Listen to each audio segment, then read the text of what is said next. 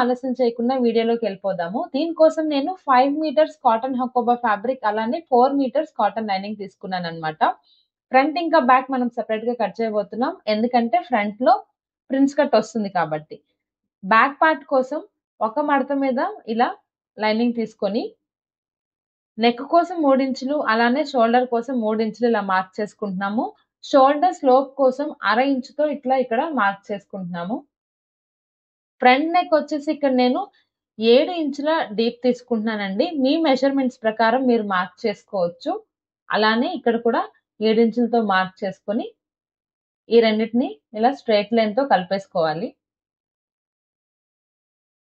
ఏవైతే 3 ఇంచులు నెక్ ఇంకా షోల్డర్ కోసం పెట్టుకున్నామో ఈ లైన్ మీద కూడా అదే మార్క్ చేసుకొని వాటిని ఇట్లా కలిపేసుకోవాలి. షోల్డర్ స్లోప్ కోసం పెట్టిన పాయింట్ ని ఇలా కలిపేసుకోవాలన్నమాట. నెక్స్ట్ వచ్చేసి మీ బాడీ పార్ట్ లెంత్ ఎంత ఉండాలి అని అనుకుంటున్నారో దానికన్నా ఒక 1 ఇంచ్ ఎక్స్ట్రా మార్క్ చేసుకోవాలి. ఇక్కడ నాకు 15 కావాలి. సో నేను 16 ఇంచులతో మార్క్ చేసుకుంటున్నాను. దాన్ని కూడా ఇలా స్ట్రెయిట్ లైన్ తో కలిపేసుకోవాలి. ఇప్పుడు చెస్ట్ లో 4వ భాగం అంటే 9 ఇంచులు 2 ఇంచులు ఎక్స్ట్రా ఇక్కడ మార్క్ చేసుకోవాలి. అలానే నడుములో 4వ భాగం దానికి ఖర్చు కోసం 2 ఇంచులు ఎక్స్ట్రా మార్క్ చేసుకోవాలన్నమాట. మీ మెజర్మెంట్ ప్రకారం దాంట్లో 4వ భాగం తీసుకొని ఖర్చు 2 ఇంచులు తీసుకుంటే సరిపోతుంది. ఇప్పుడు ఆర్మ్ హోల్ రౌండ్ కోసం ఫ్రెంచ్ కర్వ్ యూస్ చేసి ఇట్లా రౌండ్ గీసేస్తున్నాను. అలానే బ్యాక్ నెక్ కూడా రౌండే తీసేసుకుంటున్నాను అనమాట. ఈ విధంగా మనం చేసుకున్న మార్కింగ్స్ ప్రకారం ఇలా కట్ చేసేసుకోవాలి. ఇదే బ్యాక్ పార్ట్ ని యూస్ చేసుకొని మనం ఫ్రంట్ పార్ట్ కూడా కట్ చేసుకోబోతున్నాము. దానికోసం సింగిల్ ఫోల్డ్ మీద లైనింగ్ ని ఇలా తీసుకొని మడత మన వైపు ఉండేలాగా చూసుకొని కట్ చేసుకున్న బ్యాక్ పార్ట్ ని ఇట్లా నీట్ గా దీని మీద అరేంజ్ చేసేసుకోవాలి. ఏదైతే ఆర్మ్ హోల్ కోసం ఇక్కడ లైన్ ఉన్నాయి కదా వాటిని ఇలా మార్కింగ్ వీల్ తో మార్క్ చేసుకుంటున్నాను.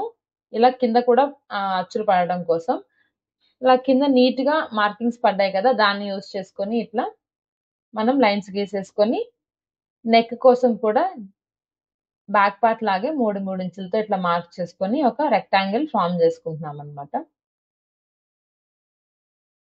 ఫ్రంట్ నెక్ కూడా నేను 7 ఇంచులు డీపే తీసుకున్నాను. ఇక్కడ మనం చెప్పాను కదా ఇక్కడ ఒక 1 ఇంచు కింద ఒక 1.5 ఇంచు ఎక్స్ట్రా మార్క్ చేసుకుంటున్నాము. ఫ్రంట్ కి ఇంకా బ్యాక్ కి డిఫరెన్స్ ఇదే అన్నమాట. ఎందుకంటే ప్రిన్స్ కట్ కోసం మనం ఒక పీస్ కట్ చేసి మళ్ళీ యాడ్ చేస్తాం కదా దానికోసం ఈ ఎక్స్ట్రా అన్నమాట. అలాగే బస్ట్ పాయింట్ కోసం 4 ఇంచులు మార్క్ చేసుకొని పైనుంచి 10 ఇంచులు మార్క్ చేసుకోవాలి. ఇలా ఒక పాయింట్ ఫామ్ చేసేసుకోవాలి.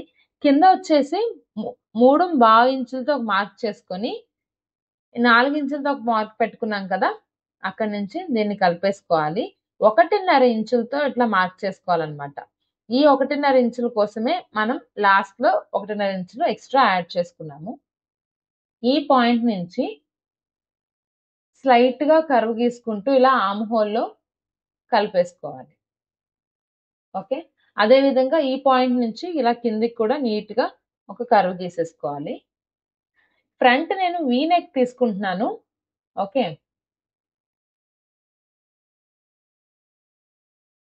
ఇలా మనం చేసుకున్న మార్కింగ్స్ ప్రకారం కట్ చేసేసుకోవాలి. ఈ కట్ చేస్తున్నప్పుడు ఏంటి అంటే చిన్న చిన్న టిప్స్ ఫాలో అయితే మీకు పర్ఫెక్ట్ ఫిట్టింగ్ వస్తుందన్నమాట. ఓకే, అదేంటి అంటే ఇలా కట్ చేసిన తర్వాత ఏదైతే బస్ట్ పాయింట్ ఉందో అక్కడ ఇలా చిన్న చిన్న నొక్కులు పెట్టుకోవాలి. ఎందుకంటే 2 పీసెస్ సెపరేట్ చేసిన తర్వాత కలిపి కుడుతున్నప్పుడు వాటిని మ్యాచ్ చేసుకుంటూ కుట్టుకోవాలి. అలానే మనం గీసిన ఆర్మ్ హోల్ ని ఎగ్జాక్ట్ గా కట్ చేసుకోకుండా ఇలా కొంచెం ఎక్స్ట్రా పెట్టుకొని కట్ చేసుకోవాలి. ఫ్రంట్ భాగం లోతు కోసం ఇలా 1/2 ఇంచ్ తో మార్క్ చేసుకొని ఆర్మ్ హోల్ ని ఆ 1/2 ఇంచ్ ని యూస్ చేసుకొని ఇట్లా గీసుకోవాలన్నమాట. ఇలా గీసుకోవాలి తప్ప ఇప్పుడే కట్ చేసుకోకూడదు. ఓకేనా? అలానే ఈ డాట్ ఉంది కదా ఈ డాట్ ని కూడా నీట్ గా కట్ చేసేసుకోవాలి. ఎక్స్ట్రా పార్ట్ తీసేసుకోవాలి.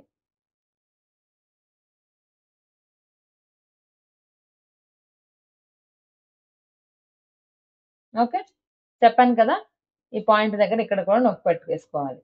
ఆర్మ్ హోల్ మనం ఎగ్జాక్ట్ గా కట్ చేసుకోలేదు కదా సో కుడుతున్నప్పుడు కన్ఫ్యూజ్ అవ్వకుండా ఉండడం కోసం ఇక్కడ కూడా చిన్న చిన్న నొక్కులు పెట్టుకోవాలి. ఆర్మ్ హోల్ ఎందుకు గీసిన ప్రకారం ఎగ్జాక్ట్ గా కట్ చేయొద్దు అన్నాను అనేది స్టిచ్చింగ్ వీడియోలో మీకు క్లియర్ గా అర్థం అవుతుంది. ఓకే, మన లైనింగ్ కటింగ్ అయిపోయింది. ఎలా అయితే లైనింగ్ కట్ చేసుకున్నామో ఆ లైనింగ్ యూజ్ చేసుకొని మెయిన్ ఫ్యాబ్రిక్‌ని కూడా అదే విధంగా సేమ్ మెజర్‌మెంట్స్ ఎగ్జాక్ట్‌గా కట్ చేసుకొని రెండిటిని కలిపి ఇలా కుట్టేసుకున్నాననమాట. మీకు టైం వేస్ట్ అవ్వకుండా ఉండాలి అని చెప్పేసి నేనది మీకు చూపించలేదు. చాలా ఈజీ. సేమ్ కట్ చేసుకొని రెండిటిని కలిపి కుట్టేసుకోవాలి. నెక్ పీసెస్ కోసం ఇలా బక్రం యూజ్ చేసుకొని కట్ చేసుకున్నాను. మిగిలిన లైనింగ్‌ని అటాచ్ చేసుకొని నెక్ పీసెస్ రెడీ చేసుకుంటున్నాను. సో, నెక్ పీసెస్‌ని ఇలా రెడీ చేసేసుకున్నాను. ఓకే. ఇప్పుడొచ్చేసి మన బాటమ్ పోర్షన్ అన్నమాట. దానికోసం బ్యాక్ పార్ట్ నడుము ఎంతుందో చూసుకోవాలి. ఇక్కడ నాకు 19 ఇంచులు వచ్చిందన్నమాట. యాక్చువల్‌గా అయితే 19 ఇంచులకి డబుల్ దాదాపుగా 40 ఇంచులొస్తుంది కదా! ఇక్కడ నాకు ఫ్రిల్స్ మంచిగా రావాలి అని చెప్పేసి నేను క్లాత్ కొంచెం ఎక్కువ తీసుకున్నాను. దానికోసం నేను 40 ఇంచుల బదులు ఇక్కడ 50 ఇంచులు పెట్టుకుంటున్నానన్నమాట. ఇక్కడొచ్చేసి నేను ఒక మడత మీద ఈ ఫ్యాబ్రిక్‌ని పెట్టుకున్నాను. ఏదైతే మీకు నడుము వస్తుందో దానికి ఖచ్చితంగా డబుల్ అయితే పెట్టుకోవాల్సుంటుంది. మీ దగ్గర ఫ్యాబ్రిక్ ఎక్కువుంటే కొంచెం ఎక్కువ పెట్టుకున్నా పర్లేదు. కానీ మినిమమ్ డబుల్ అయితే తీసుకోవాలి. అప్పుడే మనకి ఫ్రిల్స్ కరెక్ట్‌గా వస్తాయన్నమాట. ఇది ఒకటి ఫ్రంట్‌కి, ఒకటి బ్యాక్ కోసం. ఓకే. ఇప్పుడు మనం లెంత్ వైస్ తీసుకుందాం. ఇక్కడ ఫ్రాక్‌లో మీరు చూసినట్టయితే మనకి 2 భాగాలున్నాయి. 2 లేయర్స్ ఉన్నాయన్నమాట. ఫస్ట్ లేయర్ వచ్చేసి నేను 30 ఇంచులు తీసుకుంటున్నాను. సెకండ్ లేయర్ వచ్చేసి నాకు 10 ఇంచులు కావాలి. ఒక ఇంచు హెమ్మింగ్ కోసం పెట్టుకొని నేను మొత్తం 11 ఇంచులు తీసుకుంటున్నాను. ఓకే. సో, ఇలా మన 2 లేయర్స్ మార్కింగ్ చేసేసుకున్నామన్నమాట. ఒక లేయర్ వచ్చేసి 30 ఇంచులు, ఇంకొక లేయర్ వచ్చేసి 10 ఇంచులు. నడుము ఎంతైతే ఉందో నడుముకి డబుల్ ఫస్ట్ లేయర్ ఉంటుంది. ఫస్ట్ లేయర్‌కి డబుల్ సెకండ్ లేయర్ ఉంటుంది. అంటే సెకండ్ లేయర్ మనం ఇంకొక పీస్ కట్ చేయాలన్నమాట 100 ఇంచెస్‌తో. ఓకే. నేనది ఆల్రెడీ చేసేసాను. ఇప్పుడు నేను మీకు లైనింగ్ కటింగ్ చూపించబోతున్నాను. నడుము 19 ఇంచులు ఉంది కదా! 19కి డబుల్ అంటే 38. Front 19, back 19. సో, 19 ఇంటూ 2 మొత్తం 38. 38/3.14 ఇది వచ్చేసి హాఫ్ సర్కిల్ ఫార్ములా అన్నమాట. అయితే నాకు నడుము 12 ఇంచులు వచ్చింది. నడుము 12 ఇంచులు ప్లస్ లైనింగ్ లెంత్ 35 ఇంచులు. మొత్తం 47 ఇంచులు తీసుకుంటున్నాం అన్నమాట.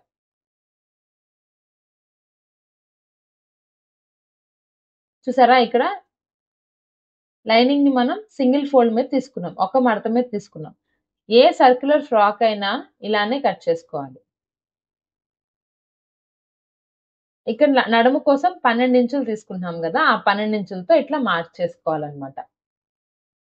ఓకే. 35 మెయిన్ ఫ్యాబ్రిక్ వచ్చేసి మెయిన్ ఫ్రాక్ లెంత్ వచ్చేసి 40 ఉంది కదా! లైనింగ్ నేను 35 మాత్రమే తీసుకుంటున్నాను. ఈ చివరి నుంచి నడుము 12 ప్లస్ 35 కాబట్టి ఇక్కడ మనం 47 ఇంచులతో మార్క్ చేసుకుంటున్నామన్నమాట. ఈ విధంగా లైనింగ్ అంతా మార్క్ చేసేసుకొని కట్ చేసుకోవాలి. ఈ వీడియోలో నేను కటింగ్ చూపించాను కదా! నెక్స్ట్ వీడియోలో నేను స్టిచ్చింగ్ చూపించబోతున్నానన్నమాట. కటింగ్ ఎలా అయితే నీట్‌గా, క్లియర్‌గా ఎక్స్‌ప్లెయిన్ చేశానో, స్టిచ్చింగ్ కూడా అంతే క్లియర్‌గా చెప్తానండి. ఈ వీడియో కనుక మీకు నచ్చితే ప్లీజ్ లైక్ చేయండి, షేర్ చేయండి, నా ఛానెల్‌ని సబ్స్క్రైబ్ చేయండి. నేను అప్‌లోడ్ చేసే ఏ వీడియో మిస్ అవ్వకుండా ఉండడం కోసం పక్కనే ఉన్న బెల్ ఐకాన్‌ని క్లిక్ చేయండి. Thank you so much for watching.